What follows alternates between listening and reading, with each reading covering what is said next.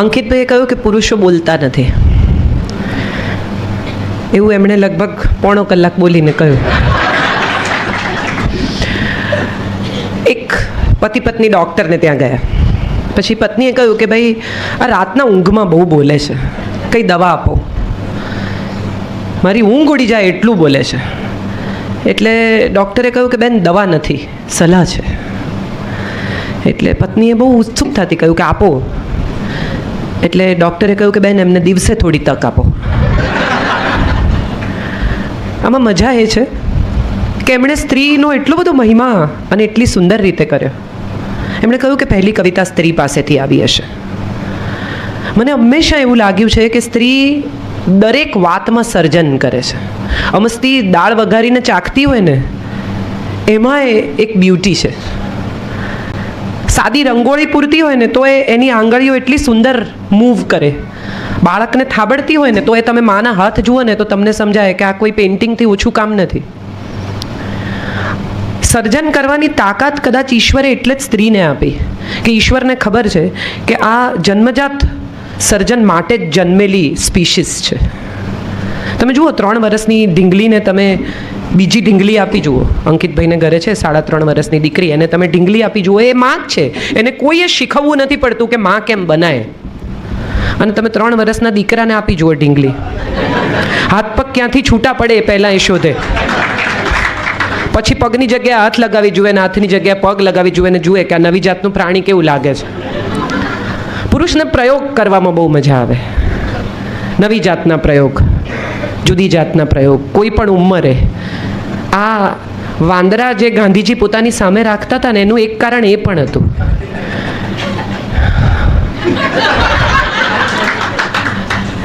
આમાં મજા એ છે કે આપણે બધા જ ક્યાંક નાના મોટા મરકટ છીએ. આપણે બધાને ક્યાંક ને ક્યાંક વાંદરું, આપણને બધાને ક્યાંક નાનો મોટો કૂદકો મારવાની બહુ મજા આવે છે, ગુલાટ ખાવાની બહુ મજા આવે છે. અને આ ગુલાટ ખાતી વખતે આપણે એટલું નક્કી રાખવાનું કે ડાળી હાથમાંથી છૂટે નહીં. બસ એટલું જે શીખી જાય એની ગુલાટ પાકી, ને જેની ડાળી છૂટી ગઈ એ પડે ને પડે તો ખબર પડે કે ક્યાંથી છૂટ્યા. માં બનવું ને એ કેટલી અદ્ભુત બાબત છે. અને હું માનું છું કે દીકરીને, પત્નીને, પ્રેમિકાને કોઈને સમજાતું નથી. એક ફિલ્મ આવેલી, ફિલ્મ બહુ વાહિયાત. ફિલ્મનું નામ બેવફા. અને હું બધી જ હિન્દી ફિલ્મો જોઉં છું, સારી ખરાબ, જે બધી જ ફિલ્મ જઈને જોઈ જવાની. એ ફિલ્મ જોઈ ત્યારે મને એમ થયું કે કંઈ બનતું જ નથી, કંઈ બનતું જ નથી, કંઈ બનતું જ નથી. પણ ફિલ્મના અંતે એક લાઈન લખી છે અને મને એમ થયું કે આખી ફિલ્મનો નિચોડ આ છે. એમાં કરીના કપૂર એના બોયફ્રેન્ડને કહે છે कि एक औरत बेवफा हो सकती है, एक बीवी बेवफा हो सकती है, एक बेटी भी बेवफा हो सकती है, लेकिन एक माँ बेवफा नहीं हो सकती है. દુનિયાની કોઈ પણ સ્ત્રી એકવાર માં બને ને એટલે એનામાં એક બહુ ન સમજાય એવી રુજુતા આવી જાય. એનામાં એક ન સમજાય એવી સહનશક્તિ આવી જાય. વાતે વાતે ગુસ્સો કરતી, પતિને ખખડાવી નાખતી સ્ત્રી પણ એના બાળક સાથે અત્યંત સહનશીલ હોય. એનું છોકરું મોટા અવાજે રડતું હોય અને છતાં એટલી શાંતિથી એની સાથે ડીલ કરતી હોય. તને આમ જોઈએ, તને આમ આપું, તને આમ કરું. આ હાલ હું રડું છે ને એ એટલી બધી અદ્ભુત બાબત છે. એ અંકિતભાઈની શોધ છે. મને ખબર નથી આ ખરેખર સાહિત્યમાં હાલ હું રડું છે કે નહીં, પણ મેં આ 3જી કે 4થી વાર એમની પાસે સાંભળ્યું ને મેં જેટલી વાર સાંભળ્યું છે એટલી વાર મને ડૂમો ભરાયો છે. આપણે બધા જ જ્યાં ઊભા છીએ ને એ એક એવી જગ્યા છે કે જ્યાંથી હવે આગળ જ જવાય છે. પાછા ફરવાની જગ્યાઓ આપણે પોતે જ બંધ કરી દીધી છે. હવે ફક્ત ભવિષ્ય તરફ જવાય છે. આખી ગુજરાતી પેઢીને આપણે ભૂતકાળ શીખવવો હોય ને તો બહુ તકલીફ પડવાની છે. કારણ કે આપણે ગુજરાતીઓ ડોક્યુમેન્ટેશનમાં સમજ્યા જ નથી. વિદેશ જઈએ તો કવિઓના ઘર જોઈએ, વિદેશ જઈએ તો એમના કવિઓની, એમના લેખકોની પુસ્તકોને જે રીતે સાચવ્યા છે, એમની હસ્તપ્રતોને જે રીતે સાચવી છે, એવું કશું જ કામ આપણે દુર્ભાગ્યે કરી શક્યા નથી. અને એટલે જ હાલરડા, જોડકણા આવું કશું આપણી પાસે હવે ઉપલબ્ધ નથી. દાદીઓ મીનાબેન સુધીની પેઢીને હજી આવડે છે. હું ગઈકાલે જ મારા દીકરાને કહેતી હતી કે પતાસાની પોળમાં 15 પગથિયા ચડવા અને 15 ઉતરવા, મહિમાદેવજીના દર્શન કરવા. દર્શન કરતાં રાત પડીને કાળે સાડલે ભાત પડી, ભાત વાંસે ઓટલો, વાળ્યો ગંગાજીનો ચોટલો, પાર્વતીને ચડી રીસ ને પગથિયા તો થયા 30. આ આપણા જોડકણા છે. અને આ જોડકણા હવેની પેઢી પાસે આવશે કે નહીં એની આપણને ખબર નથી. અંગ્રેજી બહુ જલ્દી શીખી શકાય છે કારણ કે રાઇમથી શરૂ થાય છે. આપણે કક્કો પહેલો શીખવીએ છીએ, એ લોકો કવિતા પહેલી શીખવે છે. અને કવિતા શીખે ને એને કક્કો આપોઆપ આવડી જાય, એને શીખવાની જરૂરત જ ના પડે. આ રાઇમિંગ એટલી સુંદર બાબત છે. શ્વાસ, વિશ્વાસ, નિશ્વાસ, પ્રવાસ, એની મેળે જ બીજા શબ્દો આવતા જાય. એ રાઇમિંગ આપણે આપણા બાળકોને શીખવી શક્યા નથી. એટલે હું તો દાદા દાદીઓને બહુ નમ્ર વિનંતી જ્યાં જાઉં છું ત્યાં કરું છું. અને જ્યારે અમે બે પેઢી વચ્ચે સેતુ થવા આવ્યા છીએ ત્યારે ખાસ કે તમારા જોડકણા, તમારી કવિતાઓ, તમારા હાલરડા પછીની પેઢી સુધી જરૂર વારસામાં આપજો. મકાનો આપો કે નહીં, દુકાનો આપો કે નહીં, બેંક બેલેન્સ આપો કે નહીં, પણ ગુજરાતી પર એક મહેણું છે કે ગુજરાતી એક જ બુક વાંચે છે અને એનું નામ પાસબુક છે. એવું ન થાય એટલું જોજો. દુનિયામાં ક્યાંય પણ રહેતા હો, રોહનભાઈ ઓસ્ટ્રેલિયા રહે છે, દુનિયામાં ક્યાંય પણ રહેતા હો, પણ ગુજરાતીના ટેબલ પર અથાણું હોય જ. અહીંથી જાય ને તો 2 જોડી કપડાં કાઢી નાખે પણ ખાખરા તૂટે નહીં એવી રીતે લઈ જાય. ડેઝર્ટેડ આઇલેન્ડ પર રહેતા હોય ને એમ નાસ્તા ભરે, કદાચ પ્લેન વચ્ચે ઊભું રહી જાય તો. આ આપણે ગુજરાતીઓ છીએ. મમ્મી પણ કોક જતું હોય ને, હમણાં જ હું ઓસ્ટ્રેલિયા ગઈ ત્યારે મને એક ભાઈએ 1.5 કિલો મોહનથાળ આપ્યો કે મારી દીકરીને મોહનથાળ બહુ ભાવે છે, પ્લીઝ લઈ જાઓ. એટલે ત્યારે મને એવું થાય છે કે આપણે આપણા ગુજરાતીપણાને ફક્ત સ્વાદમાં નહીં જાળવીએ, શબ્દમાં પણ જાળવીએ. ગુજરાતી બોલતા રહેજો. આવનારી પેઢી સાથે ગુજરાતી ભાષામાં વાત કરવાનો આગ્રહ રાખજો, તો કદાચ આપણું ગુજરાતીપણું જળવાઈ રહેશે. બે પેઢી વચ્ચેનો સેતુ બીજું કંઈ હોય કે નહીં, શબ્દ જરૂર છે. બે પેઢી જ્યારે કમ્યુનિકેટ કરે ને, હમણાં અમેરિકાથી આવી હું પરમ દિવસે, તો બાળકો અંગ્રેજીમાં બોલે ને દાદા ગુજરાતીમાં જવાબ આપે. આવા મેં કેટલાય ઘરોમાં કમ્યુનિકેશન જોયા.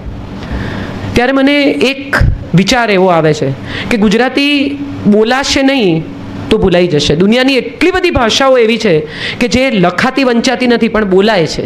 અસમીસ, એની પાસે લિપિ નથી, કોંકણી પાસે લિપિ નથી, પણ એ બધી ભાષાઓ હજી પણ બોલાય છે કારણ કે એ પેઢીઓ પોતાની પછીની પેઢીને વારસામાં ભાષા આપે છે. મજાની વાત તો થઈ જ શકે, હસી શકાય, જોક્સ પણ કરી શકાય, પણ થોડીક ગંભીર વાત એટલા માટે થવી જોઈએ કે બે પેઢીઓ વચ્ચે જ્યારે વાત થાય ને ત્યારે હંમેશા આપણે એવો વિચાર કરીએ છીએ કે આપણા છોકરાઓને શું આપીશું. બધા મા બાપ એવો પ્રયત્ન કરે કે અમને જે નથી મળ્યું ને અમારા છોકરાઓને મળે, લગભગ બધા માતા પિતા. એટલે અમે અમારા જમાનામાં મોબાઈલ નહોતા, એટલે એને સૌથી પહેલું બાળક હાથમાં, હજી તો એને ફોન જોડતા નથી આવડતું ત્યારે એ ફોનથી રમતું થઈ જાય, એમાં કાર્ટૂન જોતું થઈ જાય. પણ આ બધા ગેજેટ્સ તો એ કદાચ પોતાની મેળે વસાવી શકશે. મકાનો દુકાનો પણ કદાચ એ ખરીદી લેશે, જમીનો પણ એ વસાવી લેશે, 7/12ના ઉતારામાં નામ દાખલ કરવાની આવડત એનામાં કદાચ આવી જશે, ખેડૂત થઈ જશે પૈસા ભરીને. પણ એ ગુજરાતી નહીં થઈ શકે દુનિયાની કોઈ પણ જગ્યાએ પહોંચીને. એને એના દાદાજીએ, એના પિતાજીએ, એની માએ, એની દાદીએ એને વારસામાં આપવું પડશે. મને બહુ મજા એ વાતની પડી કે પ્રકાશભાઈ બીજું કંઈ પણ કરી શક્યા હોત, કોકટેલ પાર્ટીથી શરૂ કરીને બીજી અનેક પ્રવૃત્તિઓ થઈ શકી હોત. એને બદલે 2 ગુજરાતી લોકોએ આવીને ગુજરાતીપણાની વાત આટલા બધા ગુજરાતીઓ સુધી પહોંચાડી છે. અને એ વાતનો મને ગુજરાતી તરીકે બહુ ગર્વ છે. હું ગુજરાતીમાં એટલા માટે લખું છું કે મને એવું લાગે છે કે હું મારી ભાષામાં નહીં લખું તો કોણ લખશે. બીજી ભાષાઓમાં ટ્રાન્સલેશન થતા થશે, પણ આપણી ભાષામાં કોણ લખશે એ સવાલ બહુ અગત્યનો છે. મારા દાદાજી હિસાબ કરે ને તો બહુ રસપ્રદ હિસાબ કરે. એ ફટ કોઈ પણ પ્રકારના કેલ્ક્યુલેટર વગર, આંગળી પર ગણ્યા વગર એ જે આંકડા સટ જોડતા જાય અને જે રીતે ગણતા જાય, ત્યારે મને એમ થતું કે આ મગજમાં કયું કેલ્ક્યુલેટર ફિટ હશે. આપણા છોકરાઓને તરત જ 2 ને 2 4નો હિસાબ કરવો હોય તો કેલ્ક્યુલેટર લેવું પડે છે. કેટલા નંબર આપણને મોઢે રહેતા હતા. જ્યારે લેન્ડલાઇન હતી ત્યારે કેટલા બધા નંબર આપણે બાય હાર્ટ યાદ રાખતા હતા. હવે એ નંબર, આપણા પોતાના નંબરને ઘણા લોકો તો કહે છે કે ઊભા રહો હું તમને ડાયલ કરું, તમે જોઈ લો. પોતાનો નંબર ભૂલી જાય એ સ્થિતિમાં આપણે આવી ગયા છીએ. પણ આજે એક બહુ મજાની વાત મારે એ કહેવી છે કે બાળગીતો આપણી પાસે જ્યાંથી આવ્યા એમાં બહુ બધા જાણીતા કવિઓએ ઉમેરો કર્યો છે. રમેશ પારેખ, સુરેશ દલાલ જેવા કવિઓએ પણ બાળગીતો લખ્યા, બાળકો માટેના ગીતો. સુરેશ દલાલની કેટલીક કવિતાઓ આપણે બહુ જ મોટી ઉંમરે વાંચી, પણ અમે સ્કૂલમાં હતા ત્યારે અમે સુરેશ કાકાની કવિતાઓ વાંચતા. ધાબડ ધીંગા ધનજીભાઈ, પાસે નથી પૈસો પાઈ, બુદ્ધિમાં તો ગયું બફાઈ, ધોતિયા ઉપર પહેરેટાઈ. આ સુરેશ દલાલની કવિતા છે. હુને ચંદુ છાનામાના કાતરિયામાં બેઠા, લેસન પડતું મૂકી ફિલ્મ રમવા બેઠા. આ એ જ રમેશ પારેખની કવિતા છે કે જે હમણાં એમણે વરસાદ વિશે નરેટ કરી. ગયો જમાનો છુપગાડીનો, આવ્યું એરોપ્લેન, ઉડો હવામાં છુપગાડીને પડતી મૂકો ટ્રેન, હવે તો આવ્યું એરોપ્લેન. આ નીનુ મઝુમદારની કવિતા છે. અને આ બધા લોકોએ બાળકાવ્યોમાં કામ કર્યું એવું વિચારીને કે પછીની પેઢીને ગુજરાતી શીખવવું જોઈએ. અમારી પેઢીમાં આ પ્રશ્ન બહુ મહત્વનો છે કે અમે કોઈ બાળગીતોમાં કામ કરતા નથી, અમે કોઈ બાળ વાર્તાઓમાં કામ કરતા નથી. એટલે વાર્તાઓ જ્યારે કહેવાય છે ને ત્યારે દાદા બહુ યાદ રહે છે. ચારણ કન્યા હું સ્કૂલમાં આવી એ પહેલાં રિસાઇટ કરતી હતી, કારણ કે મારા દાદાજી પાસે શીખેલી. આપણે બધા જ એવી જગ્યાએ પહોંચી ગયા છીએ કે આપણે આપણા સંતાનો સાથે અંગ્રેજીમાં વાત કરીએ છીએ એવું માનીને કે એને સમજણ નહીં પડે, એવું માનીને કે એને સમજણ નહીં પડે તો આપણે કમ્યુનિકેટ કેવી રીતે કરીશું. અગત્યનું એ છે કે તમે ગુજરાતીમાં બોલશો ને તમને ગુજરાતીમાં જ જવાબ આપશે. અને આ ગુજરાતી ભાષા સાથે જોડાયેલા રહેવાનો સૌથી પહેલો પ્રયત્ન જો કોઈએ કરવાનો છે તો એ પેઢીએ કરવાનો છે કે જે દાદા દાદીની પેઢી છે. આ બધા જ પોતાના સંતાનોને ગુજરાતીના બાળકાવ્યો, ગુજરાતીની વાર્તાઓ, ગુજરાતીના જોડકણા, ગુજરાતીના હાલરડા વારસામાં આપતા જાય, આપતા રહે એવી મારી વિનંતી છે. અમને પોતાને પણ યાદ નથી, પ્રવીણ જોશી જેવા દિગ્ગજ નાટ્યકાર વિશે આપણી પાસે કોઈ ડોક્યુમેન્ટેશન નથી, કાંતિ મડિયા વિશે આપણી પાસે કોઈ ડોક્યુમેન્ટેશન નથી. કેટલાક લોકોના અવાજ સંગ્રહાયા છે, બાકીના લોકોના અવાજ પણ નથી આપણી પાસે.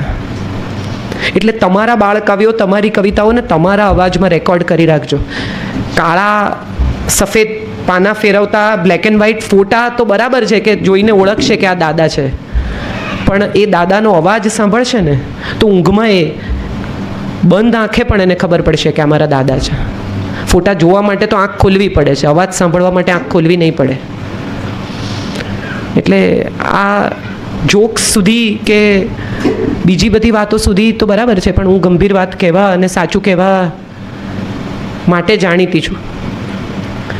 અને મને હંમેશા એવું લાગ્યું છે કે આપણે બધા ક્યાંક ઘસાવા માંડ્યા છીએ. ટોળું ભેગું થાય, લોકો હસે, કોમેડી નાટકો જુએ, જોક્સ કરે, સરસ શબ્દો સાંભળીએ, ઘરે જઈએ અને પછી બહુ નિરાંતે ભૂલી જઈએ કે આપણે શું જોઈને શું સાંભળીને આવ્યા છીએ. આપણા બધા પાસે એક બહુ અદ્ભુત ભેટ છે, એનું નામ છે સ્મૃતિ.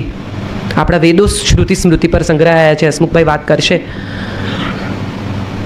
પણ જે બોલાતું રહે છે એ જીવાતું રહે છે, જે કહેવાતું રહે છે એ સચવાતું રહે છે, ને જે જીવાતું રહે છે એ પેઢી દર પેઢી આગળ વધતું રહે છે. એટલે આ શ્રુતિ અને સ્મૃતિને આપણે ભૂલી ના જઈએ એવી મારી બહુ ગંભીર અરજી છે સૌને.